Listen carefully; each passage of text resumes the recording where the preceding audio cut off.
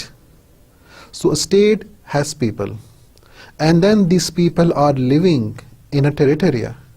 کیونکہ جب لوگ ہوں گے تو لوگ کہیں رہیں گے بھی, ان کا ایک مسکن بھی ہوگا, ان کے رہنے کی جگہ بھی ہوگی. So these people would be living in a state, would be living in a territory.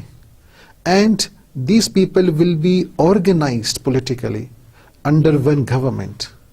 تو ان لوگوں کی ضروریات اور ان کے لیے مینجمنٹ کرنا, ان کو آرگنائز کرنا, and to looking after the needs of these people, ہمارے پاس ایک گورنمنٹ بھی ہوتی ہے جو کہ ایک پاور کے ساتھ ان لوگوں کی ضروریات کو دیکھتی ہے اور اسٹیٹ کو پروٹیکٹ کرتی ہے. So these are the requirements for a state. The next is what is a nation? What is a nation? یہ ہم اس کے بارے میں کافی سنتے آتے ہیں. تو کوشچن ہے what is a nation? The answer is a group of people with a sense of social homogeneity and mutual interest.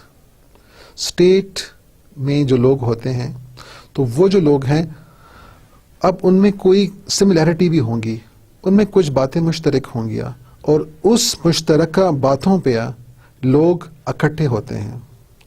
تو لہٰذا اگر ہم نیشن کو ڈیفائن کرنا چاہیں تو nation is a group of people, لوگوں کا ایک گروپ ہے جن کے بیچ میں ایک سوشل ہوموجینٹی ہے, ان میں ایک معاشرتی ہم آہنگی ہے, ان میں کچھ چیزیں مشترک ہیں. And they have some mutual interest, ان کی جو دلچسپیاں ہیں وہ مشترک ہیں, ان کے جو ٹارگیٹس ہیں وہ مشترک ہیں, ان کے جو گولز ہیں وہ مشترک ہیں. تو ان مشترکہ اصولوں پہ اور ان مشترکہ مفادات پہ آپ کی جو گروپ آف پیپل ہے they would be called a nation because they have the same aim, they have the same goal, and then they try to struggle for the same goal, and therefore they worked with unity. So that's a nation. Now the question is, what kind of social homogeneity? Nation میں اگر social homogeneity ہے, ان میں کچھ ہم آہنگی ہے, ان میں کچھ قدریں مشترک ہیں, ان میں کچھ باتیں مشترک ہیں, تو آخر کون سی وہ باتیں ہیں جو ان میں مشترک ہیں؟ آپ بتا سکتے ہیں. وہ باتیں جو ان میں مشترک ہیں جس پہ یہ لوگ آپس میں ایک ہو جاتے ہیں, تو وہ ہوموجینٹی یا وہ کامننیس, وہ مشترک چیز کیا ہے ہو سکتی ہے؟ جی, they can be homogeneity of blood. ان ساروں میں خون کی قدریں مشترک ہو سکتی ہیں. they are coming from the same stock. ان کے آباء و اجداد سیم ہو سکتے ہیں, وہ ایک ہی آباء و اجداد کی اولادیں ہیں. تو لہٰذا they share the same blood, which means they share the same race. ان کی نسل ایک ہے, ان کا خون ایک ہے. تو اس بیس پہ بھی ان میں یہ قدریں مشترک ہیں, ان میں یہ کامننس ہے, ان میں یہ چیزیں یکساں ہیں. Second is they may have the same language. وہ اگر ایک ہی زبان بولتے ہوں, ایک ہی لسانی گروپ سے تعلق رکھتے ہوں, تو بھی وہ مل کے ایک نیشن بنا دیتے ہیں. اور اسی کے ساتھ اگر ان کا کلچر سیم ہو, اگر ان کا وے آف لیونگ سیم ہو, اگر ان کے ٹریڈیشن سیم ہو, اگر ان کا بلیف سیم ہو, تو ان چیزوں پہ بھی اگر یہ کامن ہے تو group of people will get united and they will form a stronger group, and therefore we will call that group as a nation. So this was a bit of knowledge about the chapter. Now let us see and let us understand what is a nation state. You can see so many flags in the picture. and every picture, every flag stands for a particular state. So what is the definition and concept of a nation state? Let us pronounce this word very slowly. ذرا اس کو آہستہ سے بولتے ہیں. Nation state. Nation state, which means nation, a group of people, state, living in a territory. So can we define nation state as a nation which is living in a state? Yes. A nation living in a state is called a nation state. So a nation possessing a particular state. And similarly, you can also say a state with a particular nation. ایک ایسی ریاست جس میں ایک خاص قوم رہتی ہو, جس میں ایک خاص گروپ آف پیپل رہتے ہوں, جن میں کچھ قدریں مشترک ہیں, جس میں کچھ کامننس ہے, تو ایسا اسٹیٹ آپ کو نیشن اسٹیٹ کہلائے گا. اب ضروری نہیں ہے کہ وہاں پہ صرف ایک ہی قوم رہتی ہو, لیکن ایک ڈومیننٹ گروپ رہ رہا ہو جس کی وجہ سے اس اسٹیٹ کی پہچان ہے. اس کو مزید جانتے ہیں. The world has a larger population. ہمیں پتا ہے دنیا کی آبادی کافی زیادہ ہے. کیا یہ جو آبادی ہے, کیا یہ ساری یکساں ہیں؟ کیا یہ ساری سیم ہے؟ کیا یہ سارے ایک ہی زبان بولتے ہیں؟ کیا ساروں کا رنگ ایک جیسا ہے؟ کیا ساروں کا خون ایک جیسا ہے؟ ویسے تو ہم سارے ایک ہی ماں باپ کی اولاد ہیں, لیکن اس کے بعد ڈویژنز ہو گئی ہیں. تو وہ جو ڈویژنز ہیں وہ کس بیس پہ ہیں؟ ریس ہے, بلڈ ہے, کلچر ہے, اور بھی کافی فیکٹرز ہیں. So the world is divided into groups. The population of the world is divided into groups. اور یہ جو گروپس ہیں, یہ کون سی قسم کے گروپس ہیں؟ What kind of groups are there? In groups کا بیس کیا ہے؟ کس بنیاد پہ یہ گروپس بنتے ہیں؟ جی سوچیں اس کے اوپر. کس بنیاد پہ یہ گروپس بنتے ہیں؟ جب دنیا کی اتنی بڑی آبادی ہے لیکن تمام آبادی یکساں نہیں ہے, ان میں ڈفرینس ہے, ان میں فرق ہے, تو ان افراق I would like to omit the last sentence. تو ان گروپس میں ایک ڈفرینس ہے. اب یہ جو آپ کے گروپس بنتے ہیں تو یہ کون سی بیس پہ بنتے ہیں؟ یہ بنتے ہیں اکنامک بیسس پہ, یہ بنتے ہیں ریلیجس بیس پہ, ایتھنک نسلی بیس پہ بنتے ہیں, لنگوسٹک لسانی بیس پہ بنتے ہیں. تو اس طرح یہ مختلف قسم کے کیٹیگریز ہیں جن کے اوپر گروپس بنتے ہیں. اب ان گروپس میں سب سے مضبوط گروپ کون سی بیس پہ بنتا ہے؟ آخر وہ کون سی بنیاد ہے جس پہ سب سے مضبوط گروپ بن سکتا ہے؟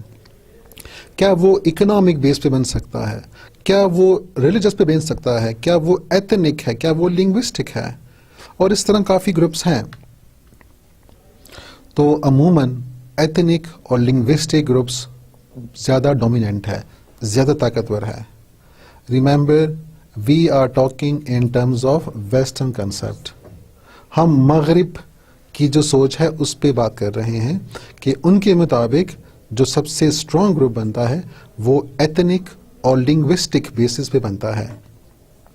حالانکہ ہمارے ہاں اسلام میں زیادہ مضبوط گروپ مذہب کی بنیاد پہ بنتا ہے, لیکن اب ہم چونکہ ویسٹرن پوائنٹ آف ویو سے اس کو ڈسکس کر رہے ہیں تو لہٰذا we will keep that point into concentration, اور ہم اس کی طرف بعد میں آتے ہیں.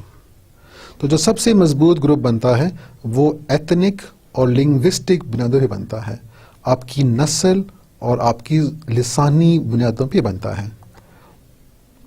And this help in forming a stronger group. اور یہ جو گروپ بن جاتا ہے اسے ہم نیشن کہتے ہیں. تو لہٰذا جو ورلڈ ہے it is divided into different groups, and those groups are divided in on the basis of various concepts, and these groups mostly are divided on the basis of culture, same culture or same language or same blood. same race, ethnic.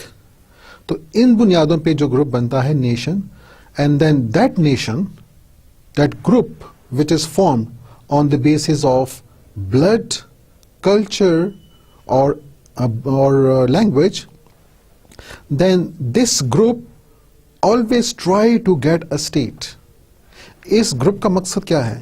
Us group کا مقصد یہ ہے کہ یہ اپنے لیے ایک ریاست بنائے, اپنے لیے ایک ریاست حاصل کرے, ایک آزاد ریاست جہاں پہ یہ گروپ اپنی پروٹیکشن کر سکیں, اپنے کلچر کو, اپنے لینگویج کو اور اپنی جو ان کے مشترکہ مفادات ہیں ان کو پروموٹ کر سکیں.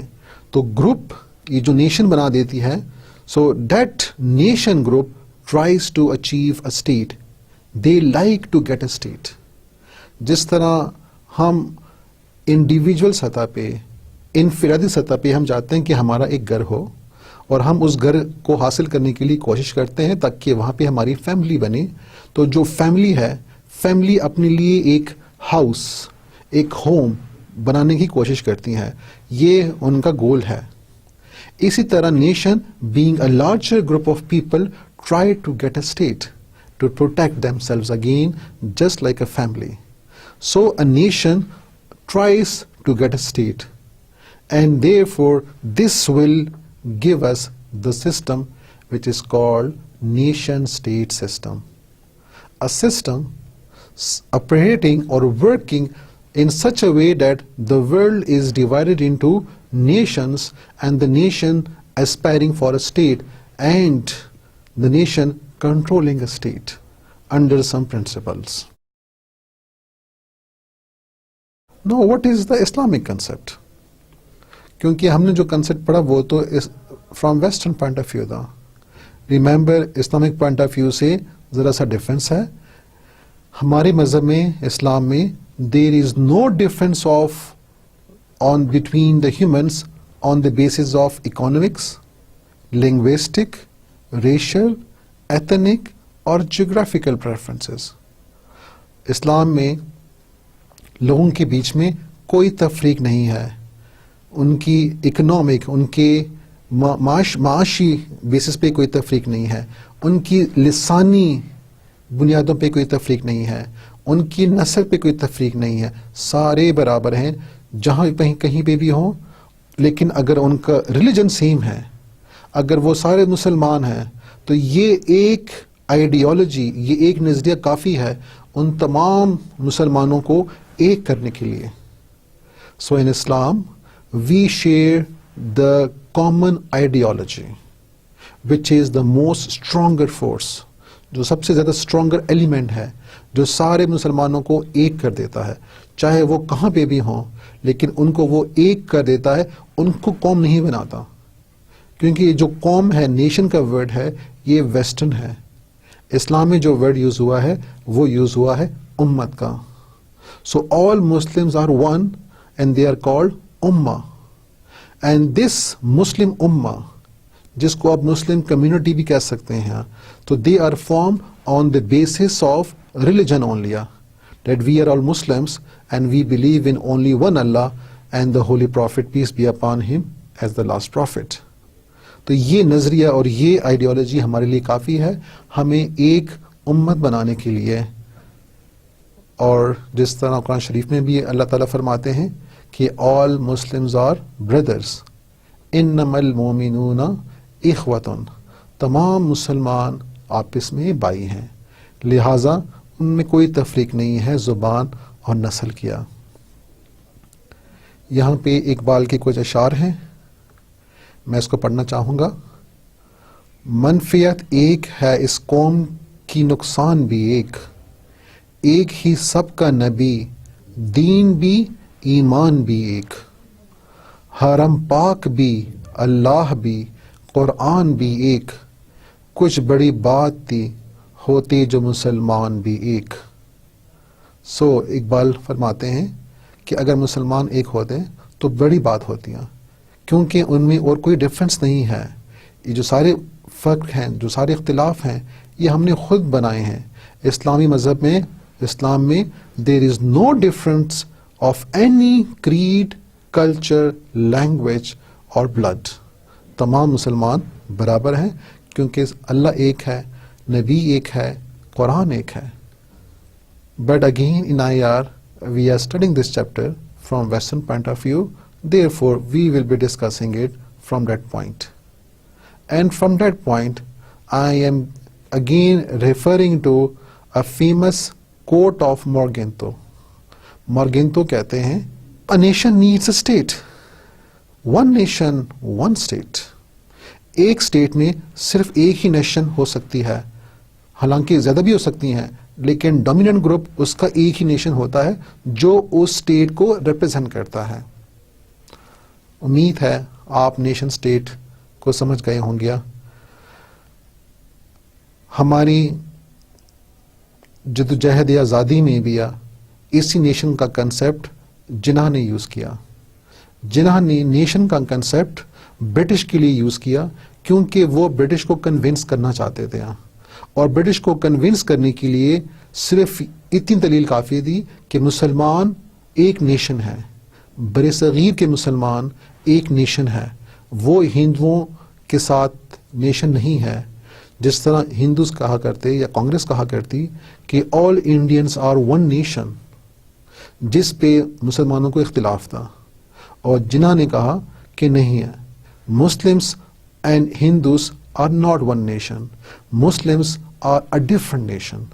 اور انہوں نے برٹش کو قائل کیا اپنی ان دلیلوں سے کہ واقعی مسلمان ایک سپریٹ قوم ہے.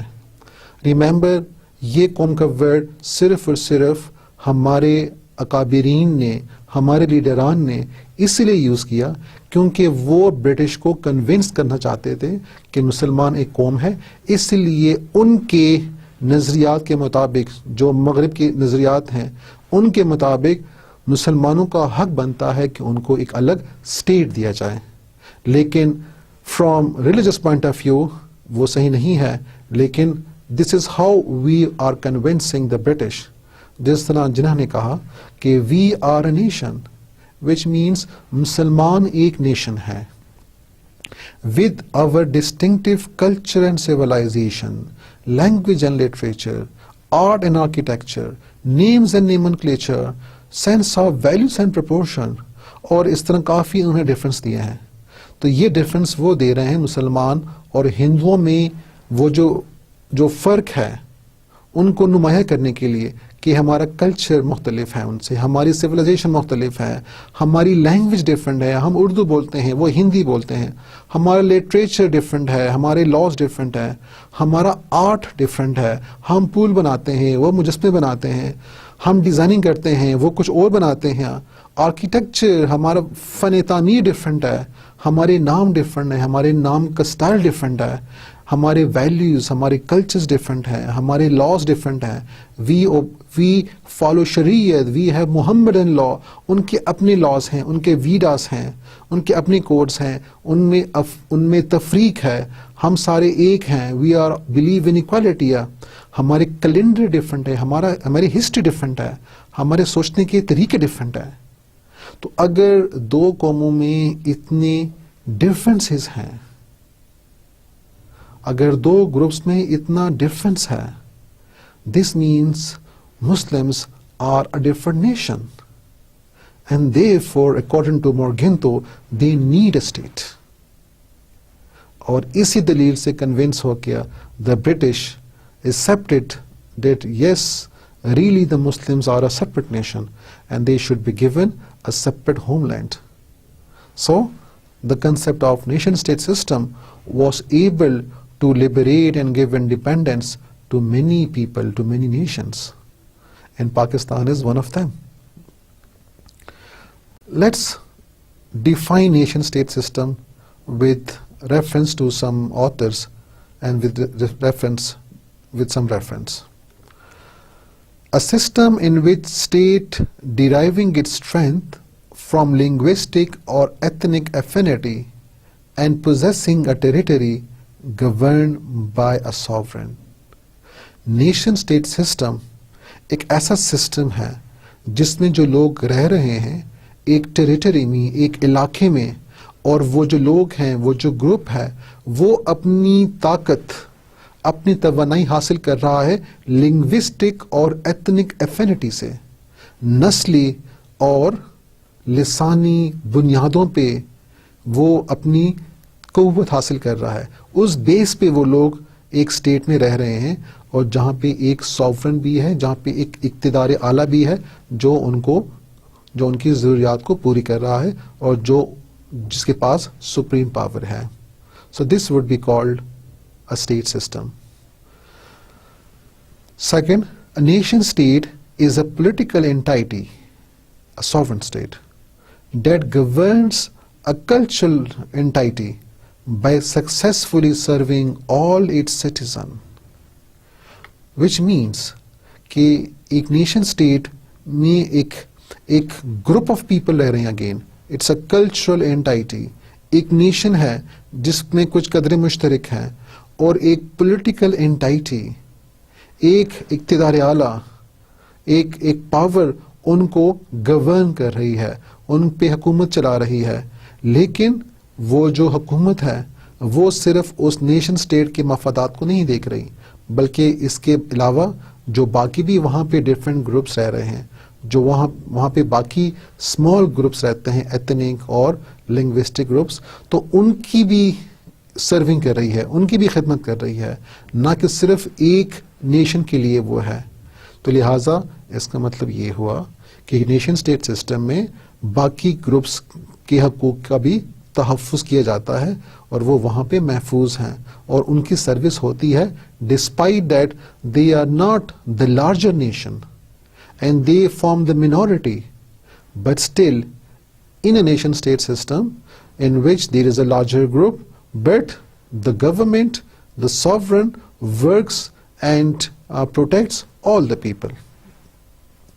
According to Palmer and Perkins, nation state system is the pattern of political life in which people are separately organized into sovereign states that interact with one another in varying degrees and in varying ways. Palmer اور پرکنس کے مطابق nation state system again ایک ایسی سیاسی زندگی ہے جس میں لوگوں کو آرگنائز کر دیا جاتا ہے. They are organized because there is a government that is working for the people. So there are people and these people have a political life, and there is a government which is looking after that particular people, which are separately organized because they are separate. They have a separate identity from other people, and then this state interact with other states because it's a nation state system.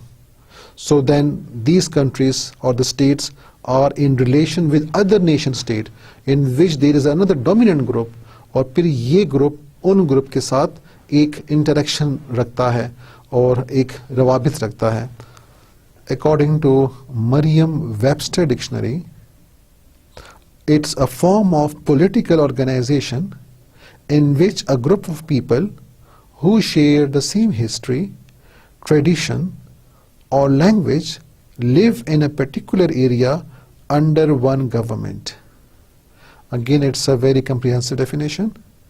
According to Merriam-Webster dictionary, nation state is a form of political organization. ایک سیاسی تنظیم ہے جس میں again وہیں group of people ہیں، اور وہ جو گروپ آف پیپل ہے because they have something in common, ان میں کچھ چیزیں مشترک ہیں. کیا مشترک ہے؟ ان کی ہسٹری ایک ہو سکتی ہے، ان کے ٹریڈیشنس رواج ایک جیسے ہو سکتے ہیں، ان کی روایات ایک جیسی ہو سکتی ہیں، ان کا لینگویج، ان کی زبان ایک ہو سکتی ہے. And these people live in a particular area under one government, and then such a system is called a nation state system.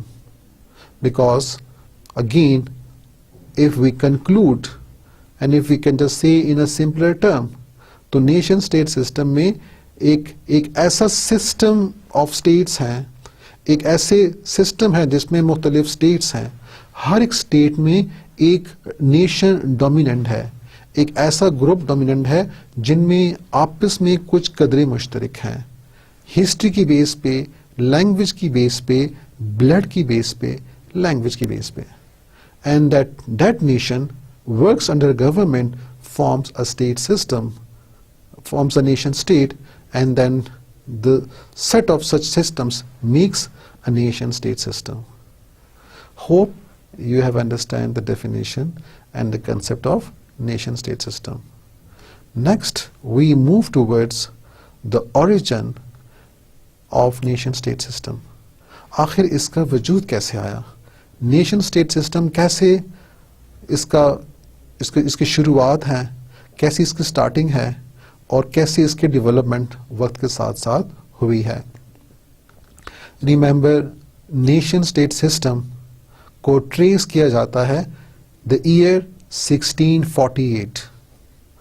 Year 1648 یہ سال ہم پہلے بھی ڈسکس کر چکے ہیں ان مائی پریویس لیکچر، جس میں 1648 ٹو 1945 میں نے ایک بات کی تھی.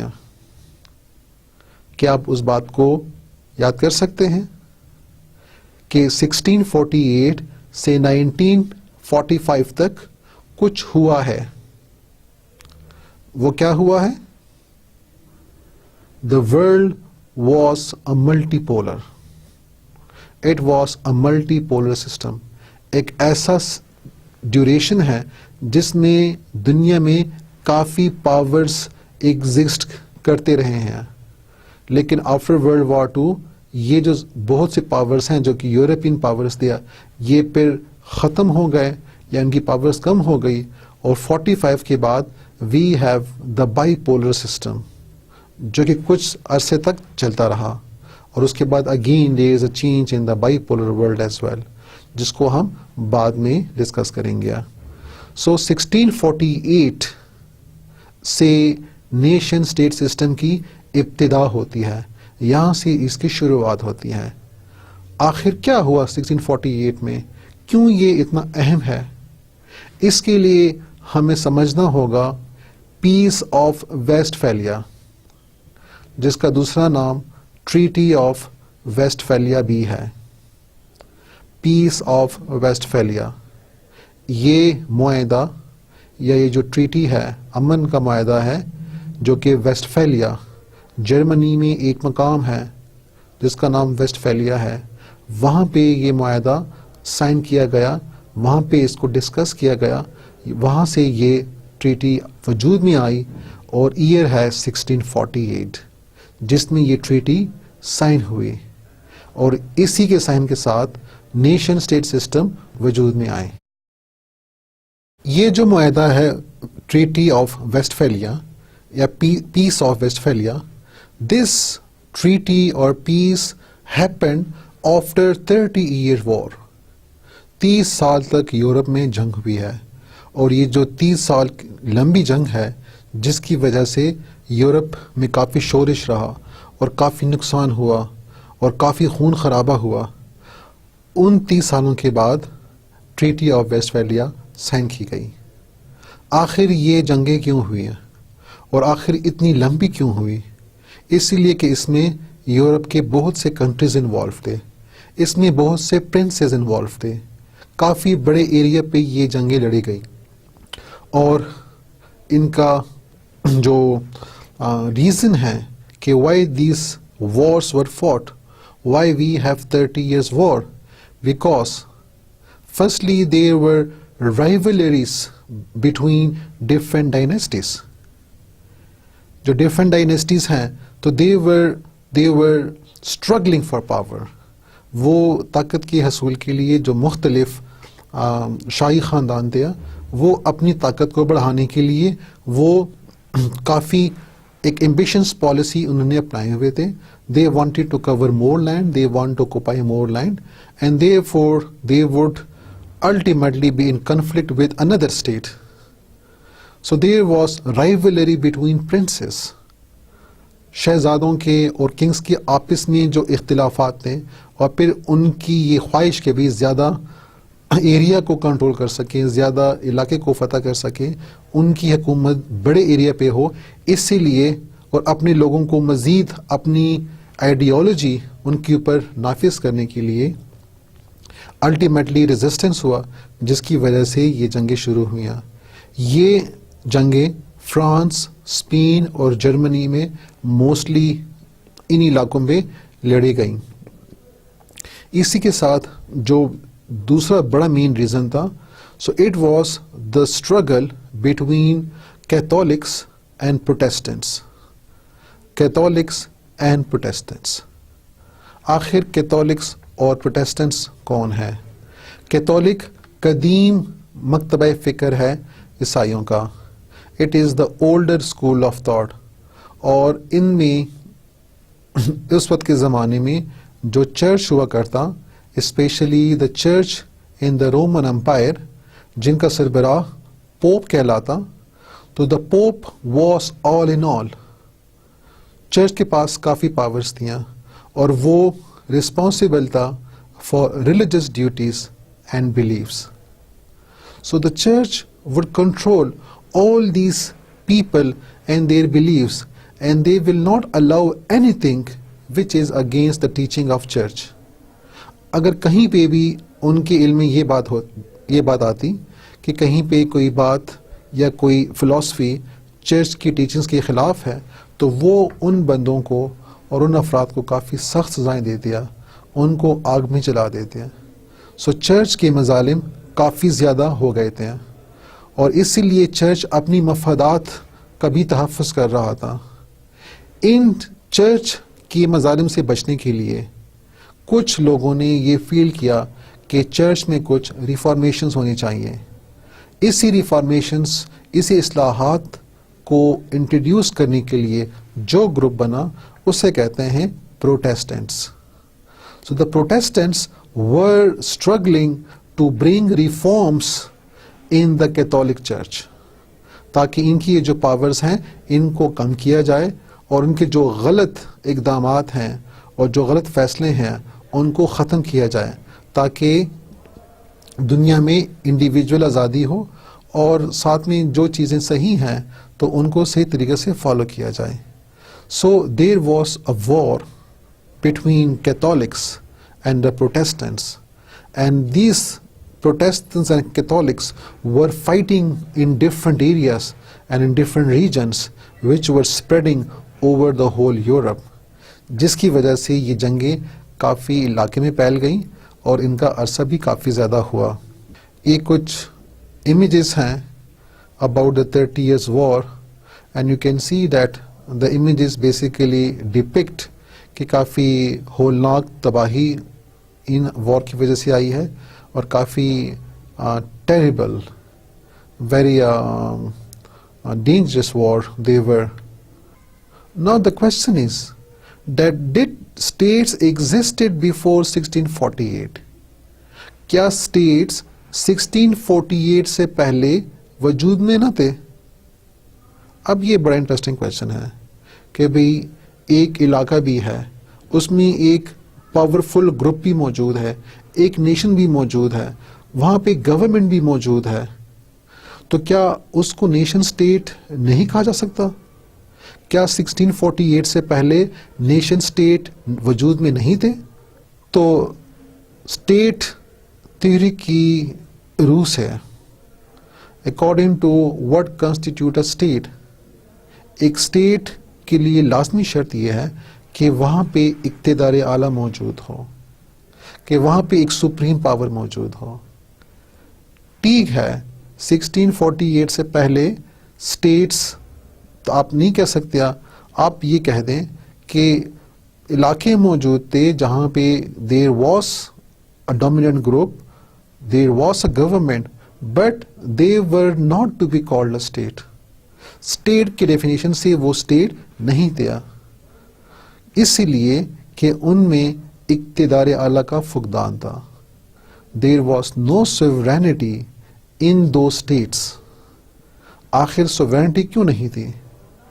اسی لیے کہ یہ جو اسٹیٹس تھے they were under another government and another authority which was living in another area. یہ اسٹیٹس کنٹرول میں تھا، یہ خود مختار نہیں تھا، ان کو رہنمائی حاصل ہوتی تھی ایک اور اتھارٹی سے. اسی لیے یہ خود سپریم نہیں تھا. So if they were not sovereign, this means they were not to be called a state.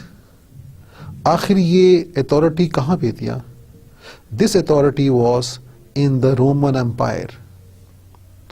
Roman Empire میں دو قسم کی اتھارٹیز تھیں. ایک تھا Roman church and the second was the Roman emperor. ایک رومن شہنشاہ اور دوسرا رومن چرچ. یہ دونوں ان سارے اسٹیٹس کو کنٹرول کر رہے تھے. دا Roman church was responsible for the religious duties and the religious regulation. So no country would ever go in religious matters against the Roman Church. اور جو چرچ کا سربراہ تھا وہ پوپ کہلاتا, and the pope would control all these countries through his authority and he will give direction. وہ وہاں سے فیصلے کرتا اور پھر وہ فیصلے دوسری جگہوں پہ نافذ ہو جاتے. تو یہ تو تھا with respect to religion. Now let's come to the political affairs. تو یہ جو ریاستیں تھیں, so they were not independent even in governmental affairs. They were not fully powerful in the political affairs. Why? Because they were receiving direction from the Roman emperor. جو Roman emperor تھا, جو شہنشاہ تھا, تو وہ ان اسٹیٹس کو جو سیاسی احکامات ہوتے ہیں وہ ایشو کرتا اور وہ ان کے اوپر لازم تھے کہ وہ ان کو فالو کرتے ہیں. تو جتنے بھی یورپین اسٹیٹس تھے یہ آزاد نہیں تھے. ان کے پرنس یا کنگ ہو کے بھی ان کو باہر رومن ایمپرر سے یا سیکولر میٹرز میں جو دنیاوی کام ہے ان میں وہاں سے ان کو احکامات ملتے ہیں, اور جو دینی سطح ہے ان پہ ان کو چرچ سے احکامات ملتے ہیں. لہٰذا یہ اپنے طور پہ خود آزاد نہیں تھے. So when these states were not independent and they were not powerful, they were not sovereign, therefore they were not called a state. اسی لیے یہ جنگیں ہو رہی ہیں اور چرچ کے خلاف جنگ ہو رہی ہے, اور اسی کے ساتھ رومن ایمپرر کے خلاف جنگ ہو رہی ہے تاکہ چرچ میں ریفارمیشن لائی جائیں. So these states were not sovereign. And then what happened was that after this all war, all this bloodshed, what happened was that the Europe realized, the Europe نے احساس کیا کہ جنگ کافی ہو گئی ہے, کافی لوگوں مارے گئے ہیں, کافی خون خرابہ ہوا ہے, کافی اکنامک کنڈیشنز خراب ہوئی ہیں, لہٰذا امن لایا جائے.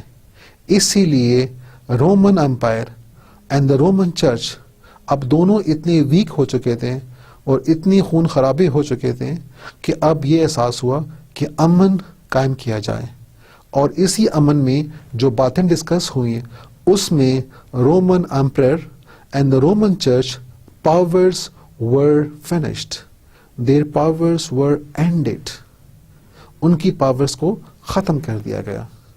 اور جب ان کی پاورز ختم ہو گئی اس کا مطلب ہے کہ وہ جو یورپین اسٹیٹس تھے اب وہ آزاد ہو گئے. اب ان میں اقتدار اعلیٰ وجود میں آ گیا.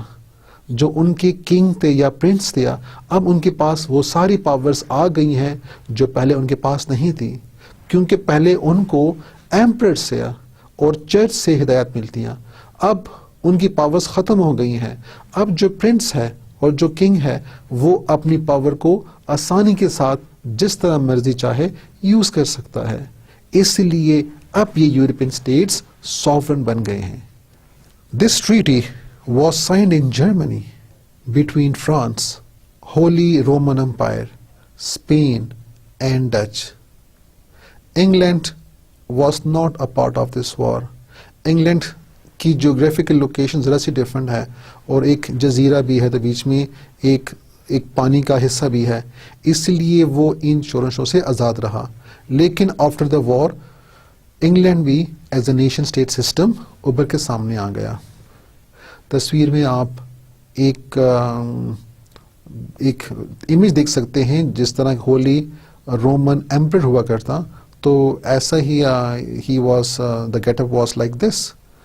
And in the second, there was this Roman church who was controlling all the religious authorities and all the religious orders in the European states. In this image, there is Treaty of Westphalia and the Peace of Westphalia that is being signed by all the warring parties. جتنے بھی اس میں parties شامل تھا جنہیں جنگ لڑی ہے، تو یہ ٹریٹی ان کے بیچ میں اس وقت سائن کی جا رہی ہے، اور یہ سارے اوتھ بھی لے رہے ہیں کہ they will establish peace.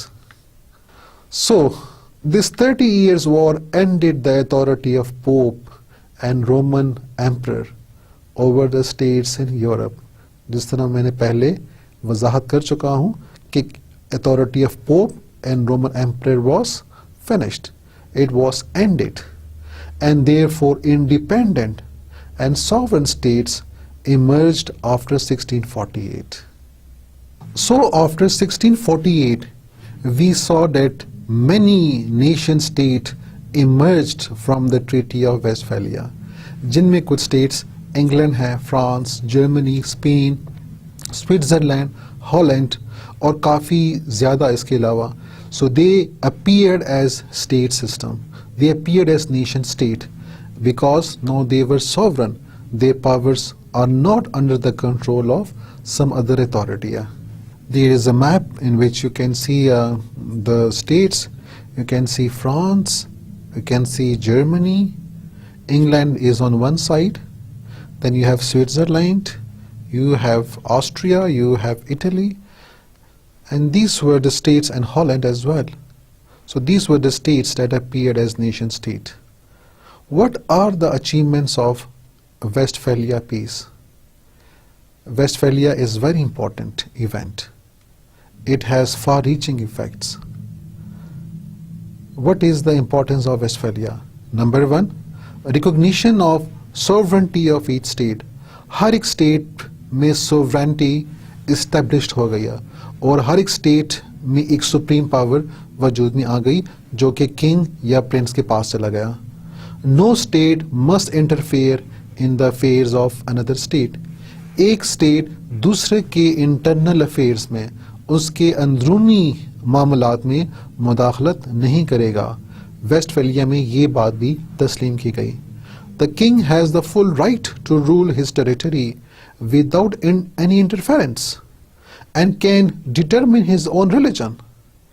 ایک کنگ یا پرنس جس طرح چاہے اپنے علاقے کو کنٹرول کرے، جس طرح چاہے اس کو چلائے، کیونکہ اب وہ اقتدار اعلیٰ بن چکا ہے، اب اس کے پاس ساری پاورز آ گئی ہیں، اور وہ اپنے اور اپنے لوگوں کے مذہب کا تعین بھی کر سکتا ہے، اور کوئی بھی مذہب کو اختیار کر سکتا ہے، جبکہ پہلے ہی used to be a Roman Catholic. Every state should be considered independent from other and must be seen as equal to other state. کافی اہم بات ہے کہ ہر ایک اسٹیٹ کو تسلیم کیا گیا کہ سارے اسٹیٹس ایکول ہیں.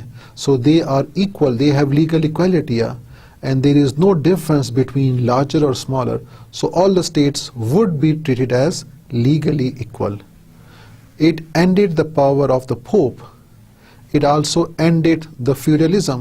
جو جاگیردارانہ نظام ہے وہ ختم ہوا, and all the powers shifted to king. And with that, urbanization started. Because there was no feudalism now. اب اگر آپ کے دیہی علاقوں میں فیوڈلزم ختم ہو گیا ہے, اب وہاں پہ فیوڈلز نہیں رہے, تو لوگوں کے پاس جابس تو نہیں رہی. Now who will they work for? Therefore, in order to get jobs, the people start moving towards urban areas, and therefore urbanization started, and as a result they got jobs and they settled in cities. The cities developed, and along with it industries developed, and the Europeans saw industrial revolution. So Westphalia has a very far-reaching effects. Now let's see what is the development of nation-state system. How nation-state system developed through the different ages. Nation-state system developed with the passage of time. Various elements and events have developed and strengthened the nation-state system. Some of the events are mentioned. Remember, some are minor events, but some are major events. The minor events are industrial revolution. یہ وہ events ہیں, وہ development ہے جس کی وجہ سے nation state system مضبوط ہوا, اس کو تقویت ملیا. جس طرح انڈسٹریل ریولوشن ہے جس میں انڈسٹریز وجود میں آئے, پروڈکٹس بنیا, صنعتی پیداوار بڑھنی شروع ہوئی, لوگ مزید سٹیبل ہوئے, ان کے بیچ میں ایک سینس آف اٹیچمنٹ مزید زیادہ ہوا. تو جب سینس آف اٹیچمنٹ زیادہ ہوئی towards the state, so the nation state system again get very strong, state becomes more powerful, and with that growth of international law, rise of democracy, development of diplomacy, growth of business activities, انہوں نے nation state system پہ اپنے اثرات چھوڑے ہیں. لیکن for major events we will go to the deep impacts and we will study them in details. So what are those events that have a deeper impact on nation state system? تو nation state system کو جو گہرے اثرات جس پہ آئے ہیں, جن ایلیمنٹ کی وجہ سے آئے ہیں, ان میں آتا ہے rise of nationalism, second military movement and warfare, third rise of ideology, fourth extension of nation state system to non-European states. یہ چار وہ ایلیمنٹس ہیں جنہوں نے نیشن اسٹیٹ سسٹم کو کافی گہرے طریقے سے متاثر کیا. کیسے متاثر کیا, آئیں اس کو سمجھتے ہیں اور پڑھتے ہیں. The first is rise of nationalism. Rise of nationalism. Nationalism نے نیشن اسٹیٹ سسٹم کو بہت تقویت دی ہے اور بہت مضبوط کیا ہے. اب ظاہری بات ہے چونکہ نام ہی ہے نیشن اسٹیٹ, تو اگر نام ہی نیشن اسٹیٹ ہے تو قوت کہاں سے آ رہی ہے؟ قوت نیشن سے ہی آ رہی ہے. So the nation is contributing to the state. Nation جتنی مضبوط ہو گیا, ان میں جتنی ان کی فیلنگز مضبوط ہو گیا, جتنے ان کے احساسات مضبوط ہوں گے اس گروپ میں, اتنا ہی آپ کا اسٹیٹ مضبوط ہوگا. تو لہٰذا جب ایک اسٹیٹ میں جو لوگ رہ رہے ہیں, جب ان میں نیشنلزم مزید بڑھتا گیا وقت کے ساتھ ساتھ, تو اسٹیٹ بھی بڑھتا گیا, کیونکہ اسٹیٹ کی بنیاد ہی نیشن ہے. So how this nationalism was rising. First of all let's see what is the work of, what is the role of nationalism. Nationalism is a binding force. It's a cementing element. Nationalism ایک ایسی قوت ہے جو کہ لوگوں کو bind کر دیتی ہے, لوگوں کو جوڑ دیتی ہے, ایک سیمنٹ کی طرح ان کو ایک کر دیتی ہے. So it is a cementing element. لوگوں میں اتفاق پیدا کرتی ہے, strongly unites the people towards the state. جب لوگ اکٹھے ہو جاتے ہیں تو ان میں اپنے ریاست کی بچاؤ کے لیے کافی بڑا جذبہ پیدا ہوتا ہے, بیسڈ آن ایتھنک اور لنگوسٹک افینٹی, کیونکہ ان میں لسانی اور نسلی بنیادوں پہ کچھ قدرے مشترک ہیں. تو جیسے جیسے نیشنلزم ان میں بڑھتی جائے گیا تو ان میں وہ بائنڈنگ فورس بڑھتی جائے گیا, اور وہ اسٹیٹس کے لیے مزید کام کریں گیا اور اسٹیٹ کو مزید تقویت دیں گیا. Nationalist force will provide strong support to the ruler for national interest. اگر نیشنلزم کی فورسز بڑھ گئی ہیں, لوگوں میں محبت بڑھ گئی ہے, ان میں اٹیچمنٹ بڑھ گئی ہے, تو this attachment will give more support to their ruler.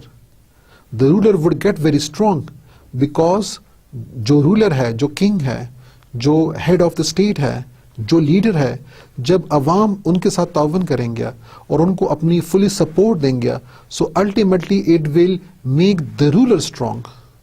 And when the ruler get strong, this means the state would get strong, and as a result you can see powerful nation state emerging as a rise of nationalism. You can see different people with different nationalities in these images.